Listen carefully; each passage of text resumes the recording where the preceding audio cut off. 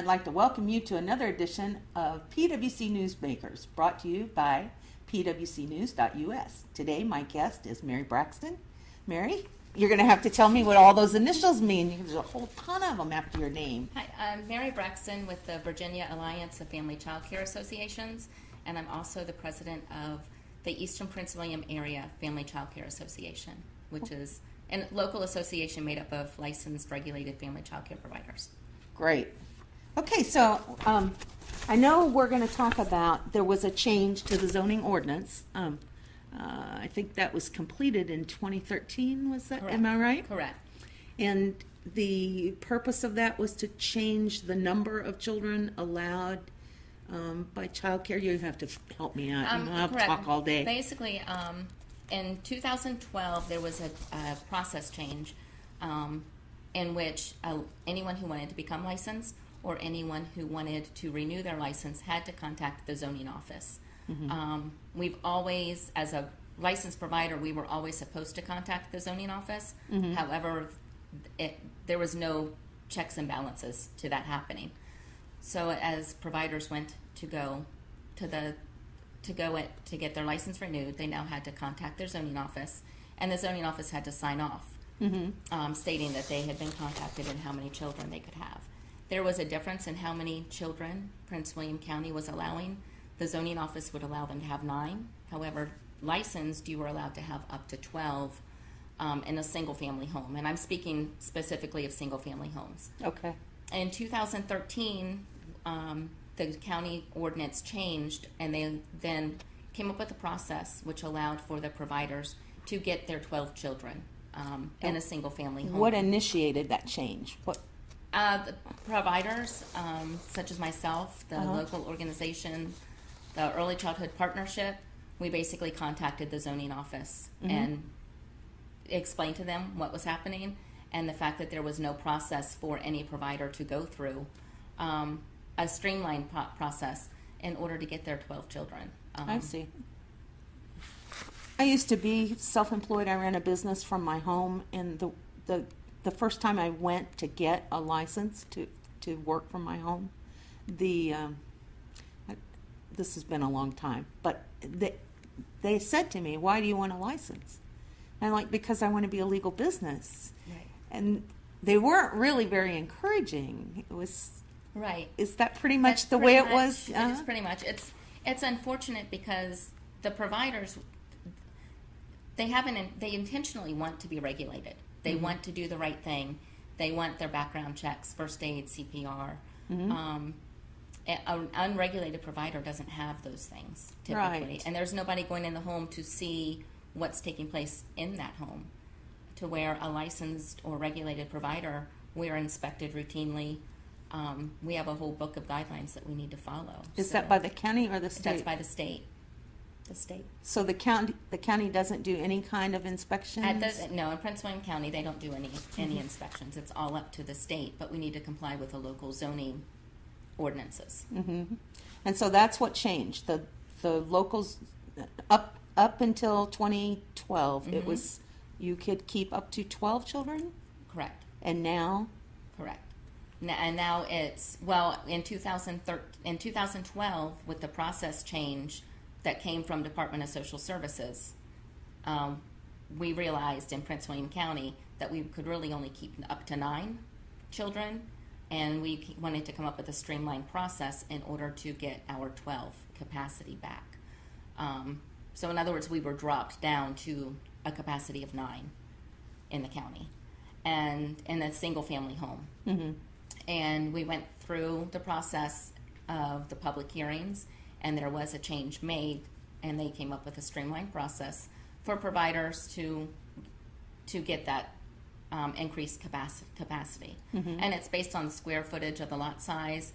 It's based on if you're in a single-family home versus if you're in a townhouse. If you're in a townhouse, then you go through the process, but you don't get the capacity of 12. You get a... So, Mary, do you think that those regulations are necessary? The limiting of the number of children, is that necessary for a health and safety standpoint, or?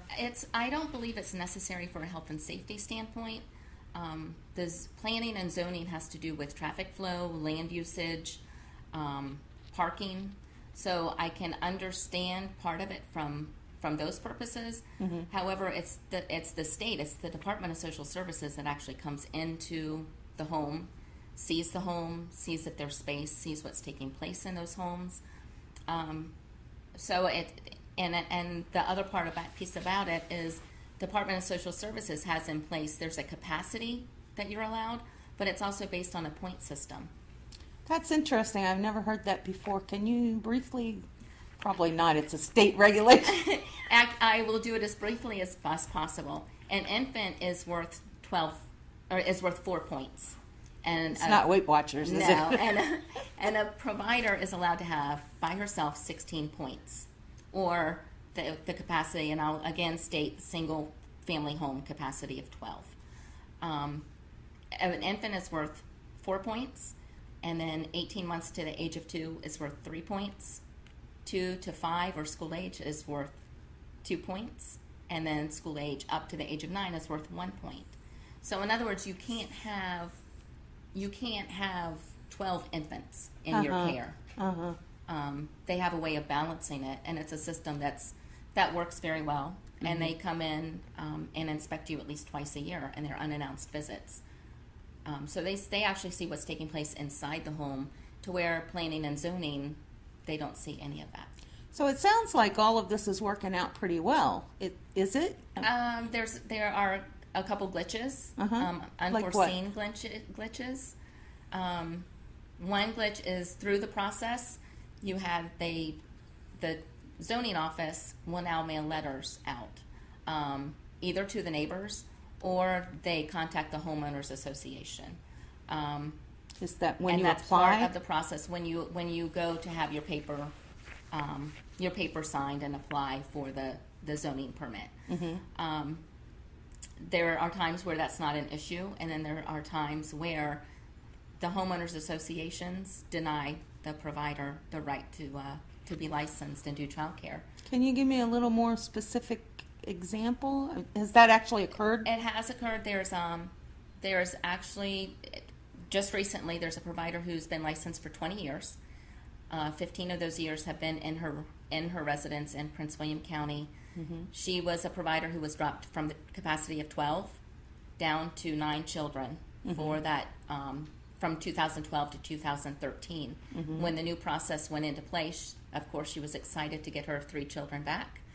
Went to the zoning office and unfortunately found out that she was denied, and she was denied because of her homeowners association.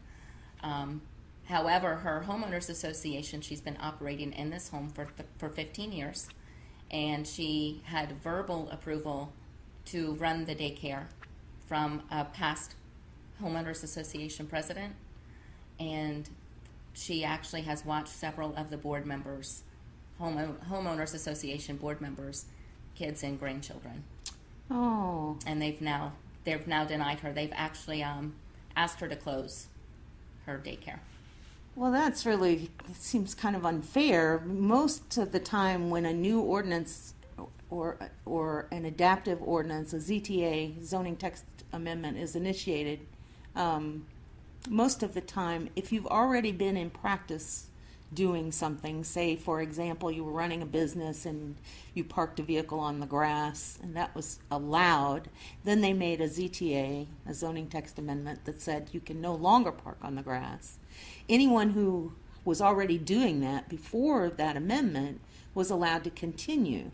Correct. So your friend who was doing childcare as a business with permission of the HOA, but verbal, right? It was not verbal, written. correct. But she's not allowed to continue, so there's no such thing as grandfathering her in. Right. There was no waiver. Her license actually expires in 2015, and she asked to continue to operate until her license expired, and they denied that request. So what happened to they gave all her those months. Moms and dads and kids that were involved? They're panicked, and they're seeking quality, regulated childcare.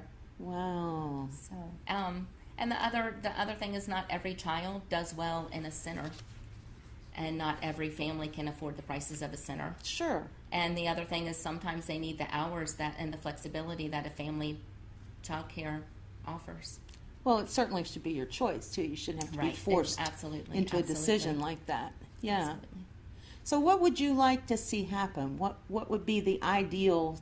Well, obviously the ideal solution would be for the HOA to say, go ahead, you've been doing this here, Mary, for 15 years, so you may as well keep on. Ideally, that would be a great thing. Unfortunately, another issue that we have is in the state of Virginia, we allow unregulated child care by law. We actually have a law dated back to 1994 that states that you can watch up to 5 children, not including your own, and not be regulated. So my question is, why would these homeowners associations encourage that to take place in their community rather than want a licensed, regulated provider in their community? So when you say licensed and regulated, if you apply, you too are a child care provider. So what is the obligation to do that? I mean, what is the monetary, what does it cost you to get your license? You have to go to a series of orientations. You have phase 1 and phase 2, and that takes place at the licensing office in Warrenton. You have to have 16 hours of training hours, background checks, federal and state background checks. You have to have criminal history check, TB test, sworn disclosure statement stating that you haven't done anything to harm any child. You have to have first aid training, CPR training, and you have to have MAT training, as if you were going to give medication at a school to a child. You have to have those things in place. So this lady who's been a provider for 15 years has all of that? She has all of that in place. You actually renew your license once a year, unless you are granted an extended license. They can, if they see that the quality of your child care is above and beyond the minimum, they can issue you an extended license of 2 years or up to 3 years. And she has continuously maintained a 3-year license in the county. So what's the next step? I mean, obviously she's already been turned down. Right. And now here's these families in flux with a big decision to make. But this is just one person. It's certainly out of 485,000 people, she's not the only one. So this is bound to occur. Right. And it has come up before. There's a provider in the Richmond area that I know of that she fought it and she won, and the homeowners association allowed her to remain open. I know of other providers in other parts of Prince William County, other communities, and their homeowners associations actually very much support them, and took it upon themselves basically to become more involved and more educated on the difference, to encourage anyone in the community who was watching children and not regulated to become regulated and do it under those conditions. So do the two organizations that you represent, is that part of your mission to educate people? Absolutely. Part of our mission is advocacy with other organizations and advocacy among ourselves and as well as with the community. And right now there's a great need for community awareness of the concerns of encouraging and supporting unregulated child care in communities. And we need to really support providers that intentionally want to be regulated and operate under that condition. Well, I want to thank you very much. That was really interesting, and I feel bad for your friend. I hope we can do something to help her with that. Hopefully community awareness will start it. So thank you very much for joining us today. This is Mary Braxton, and come back and see us again next time on PWC News.us.